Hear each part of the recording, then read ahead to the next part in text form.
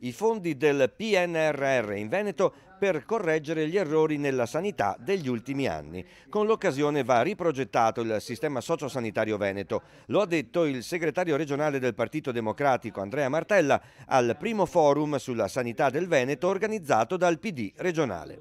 Avendo maggiore attenzione al territorio, ai servizi che i cittadini possono avere più da vicino con una maggiore integrazione sociale. È il momento di valorizzare i medici di famiglia e di aumentare il numero di coloro che possono svolgere questa funzione. È il momento di fare in modo che molti medici del nostro sistema ospedaliero rimangano in Veneto e non vadano al privato. È ancora il momento di ridurre le liste d'attesa. In questi anni la sanità veneta ha tagliato i suoi rapporti col territorio pezzo a pezzo, è stato detto al forum.